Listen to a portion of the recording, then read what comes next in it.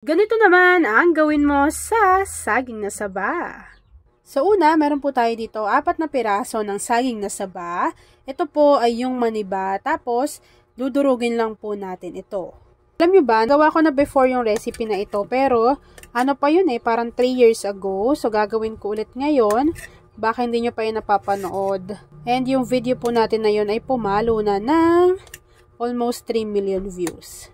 Kung meron kayong hinog na saging na saba, perfect din naman yung recipe na ito. Kaya lang ako kasi ito yung meron. Tapos naalala ko yun, sabi ko, uy, sayang naman tong 4 na piraso ng saba kung hindi natin gagawa ng dessert recipe.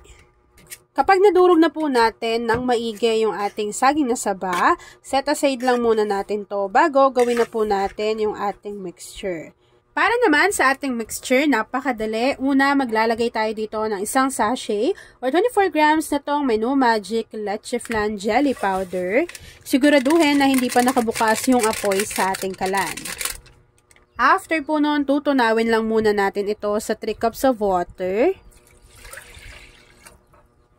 Yan. So, ako po, hahaluin ko lang to para hindi namumuo sa bottom ng ating pan yung ating jelly powder. Diba? Instant may kulay na yan, yung ating jelly powder.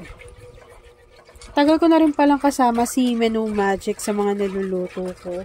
Nakakatawa naman. Halos lahat ata ng mga dessert na ginagawa ko na merong Menu Magic ay talaga namang nagte-trend. After nun, maglalagay lang tayo dyan ng 1 can ng Marie Evaporada. Ito po ay 380 grams. Yan, napakadali lang din namang mahanap ng kanilang product. Kung hindi nyo yan mahanap, pwede kayong bumili via online. Mura lang din to. At hindi yan kompleto kung wala tayong ilalagay ng 1 can or 380 grams na itong Marie Condensada. Lagay nyo lang yan dyan, simutin, dahil mahal ang bilihin. After adding nating condensed and yung ating evaporated milk, maglagay lang tayo dito ng konting vanilla essence or vanilla extract. And then, hahaluin lang po muna natin ito ng maigi hanggang sa mag-combine lahat ng ingredients na inilagay natin dito sa ating kaserola. By the way, yung ating kaserola na ginagamit ay matagal na rin kay atin yung Angel. Isang set yan, merong ibang kulay, pero yung black yung ginamit natin ngayon. And then, kapag nahalo na po natin ito ng maigi, pwede na po nating buksan yung ating apoy sa ating kalan over medium to low heat. Hihintayin po muna natin na medyo uminit yung ating mixture. And then, ilalagay na po natin dyan yung dinurog natin kanina na saging na saba. Diba? Kesa ilaga lang natin. Masarap naman yon yung nilagang saging na saba. Pero try nyo rin na ilagay sa dessert. Tingnan ninyo, masarap din. Marami na tayong nagawa na dessert recipe na halos iba't ibang klase, 'di ba? So ito, tinry ko, maraming nakasubok. Napakita pa nga yan sa ABS-CBN Ginamit nila yung ating video kasi nga nag-trend and kakaiba. Kapag medyo uminit na yung ating mixture, ilagay nyo na po yung inyong saging na saba. Tapos, continuous pa rin po natin itong hahaluin. Kung pakiramdam ninyo na dikit-dikit yan, later po ay maghihiwa-hiwalay din yan dito sa ating mixture. So, lulutuin ko lang to mga kakusina, and then after po noon, ipapakita ko sa inyo kung ano yung next procedure. So, habang hinahalo natin to at hinihintay na kumulo yung ating mixture, please don't forget to like and follow yung ating Facebook page, Kusina ni Angel. Kung meron ka ring Instagram, paki-follow na rin po ako doon, Kusina ni Angel.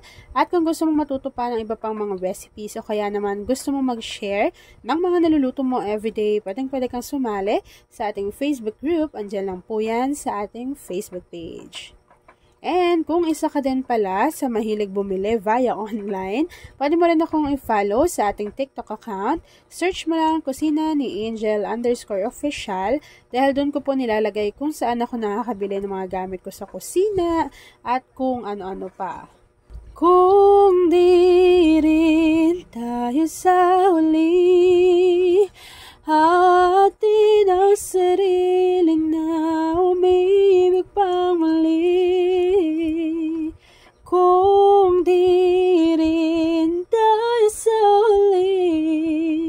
At At ayan na mga kakusina, kapag kumukulo na po yung ating mixture, pwede na po natin i-off yung apoy sa inyong kalan. Tapos, isasalin lang natin yan sa ating mga lagayan. So ako, ito yung gagamitin ko, yung pinakita ko sa inyo kanina. Nasa sa inyo naman yan kung saan nyo po siya isasalin. And since ganito yung klase ng lagayan na gagamitin ko, palalamigin ko lang to ng bahagya, as in konti lang. Tapos, itatransfer ko na siya dito sa aking lagayan. Kapag naisali na po natin to dito sa ating lagayan, hihintayin lang po natin yung mag-set, mag-firm, lumamig, and then after po nun, ipapakita ko na sa inyo kung ano yung natapos nating easy dessert recipe. At ayun na nga mga kakusina, once na nag-set na, nag-firm na yung ating dessert, nag-dust lang po tayo dyan ng cocoa powder, and then after po nun, pwede na natin yung i-enjoy. At ayan na nga mga kakusina, tapos na po ang ating easy dessert recipe na Saba Jelly Dessert. Kung nagustuhan mo yung ating video, please like and share this video. At kung hindi ka pa nakakapag-subscribe sa ating YouTube channel na Kusina ni Angel, please click subscribe button. Click mo na yung notification bell, click all para lagi kang updated sa bawat ina-upload kong mga videos. Yun lang mga kakusina. Thanks for watching and enjoy this video.